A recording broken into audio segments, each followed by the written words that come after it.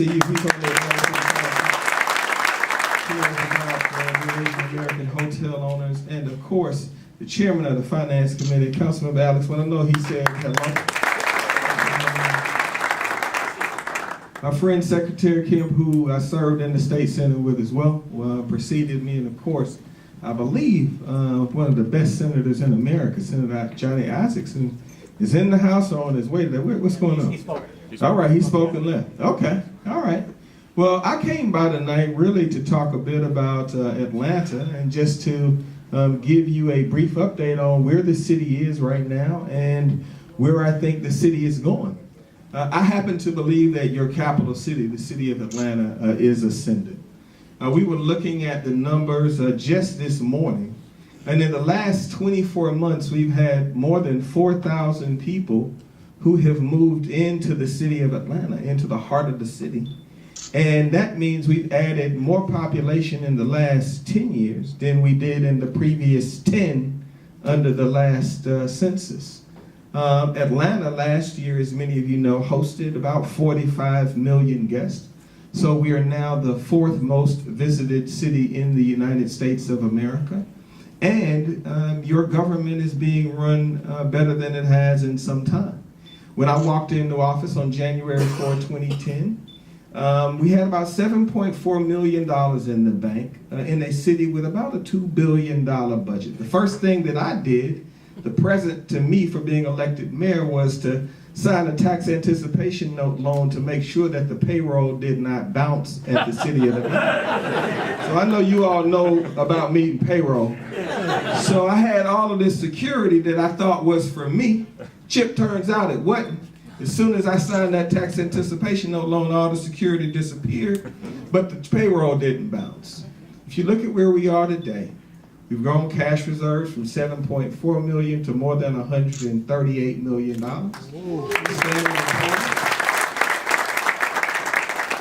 Standard & Poor's improved the rating of the city of Atlanta from single A to double A with a favorable outlook, so they moved us 2 positions. We're one of the few cities in the United States of America to do that.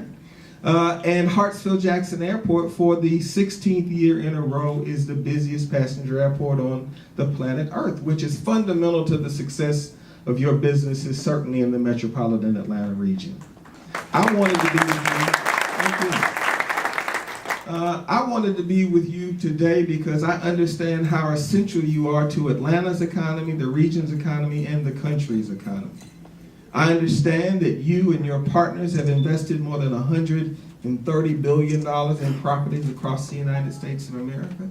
I know that you have stewardship for more than 40% of the hotel rooms in America, but more important than that to me is the way that you all give people a fair shot and a fair shake.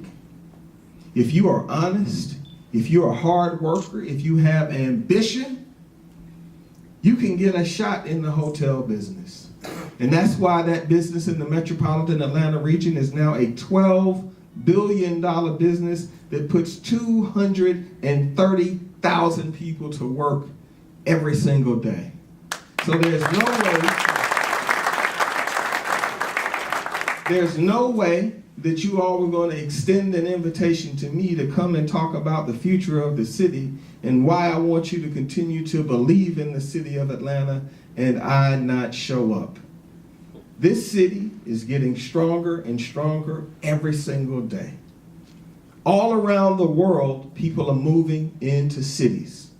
And in the United States of America, 70% of all GDP is in the nation's metros right now, with more people coming and growing.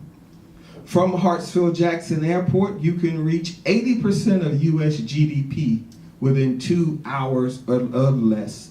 And now we have almost unmatched international connectivity, second or third only to New York and maybe one other airport in the world. So what's the moral of my story? The moral of my story is that we have good bones. We have very strong fundamentals. We have 66 colleges and universities. We have more STEM graduates in the city of Atlanta, the metro region, and the state of Georgia than they do in Boston, Massachusetts, right here, right now. So we have people that will be able to work in your hotels, invest in your businesses, and a market that is the dominant market in the southeastern region of the United States. When I wake up every single morning, the same way that you think about providing for your family and making sure that your businesses do better than they've ever done before, I think about making sure that Atlanta remains the dominant economy in the Southeast. And so now we're at $298 billion as a regional economy. And our economy is bigger than 30 states in the Union. And so what I want you to tell your friends and partners is that if you all are thinking about building and investing in the Southeast, that Atlanta is the place for your capital. And what I want you to know is that we respect the ability that you have to move money anywhere you want to move it around the world. And what we believe in my administration is that capital goes where it is needed and stays where it is well cared for and where there is a business environment for growth and productivity. That's why, although we had a $48 million budget shortfall when I walked in the door, Alex Wan, Kwanzaa Hall, none of us in 5 years have raised property taxes in the city of Atlanta. We stopped 4 water rate increases in the city of Atlanta from moving forward that would have boosted the water bill that you have in the hotel that are already too high, but that happened before me, so I can't fix that. It did, just telling you. But you all, think about it. Just 5 years ago, every time we had a meeting like this, somebody was talking about North Carolina or this place or that place. You really don't hear people talking about that right now. Atlanta is the center of action in the Southeast. And the world and the country is moving north to south and north to west. And if you're here, you're in the center of it. And don't just take my word for it. Around the world, there are 30 leading cities that are attracting foreign direct investment, not just in the U.S., but globally.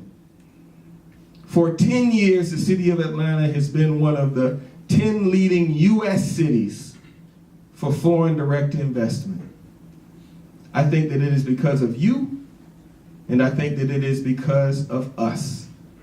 And finally, as I take my seat, I just want you to know, the other reason I think that Atlanta is the place for you to continue to invest is because inclusion and respect for other cultures is in our DNA.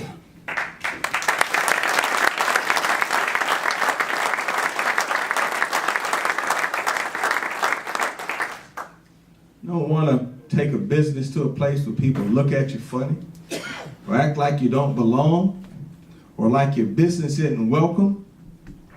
And what we work very hard at in the city of Atlanta is to let you know that we respect you, value you, and appreciate you.